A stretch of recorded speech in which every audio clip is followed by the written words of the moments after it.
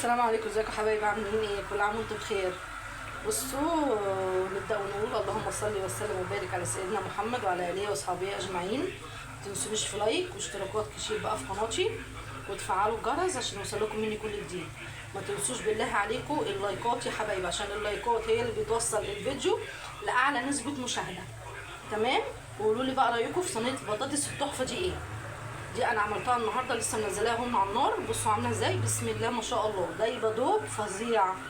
بصوا، بس هو الموبايل بيضلل على الصينيه شويه عشان بس التصوير، فاهميني؟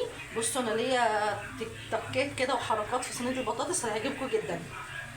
بصوا، انا دي عملتها ازاي. جبت بصلايه كبيره وفصين توم وقرن فلفل حامي او بارد اللي يريحك.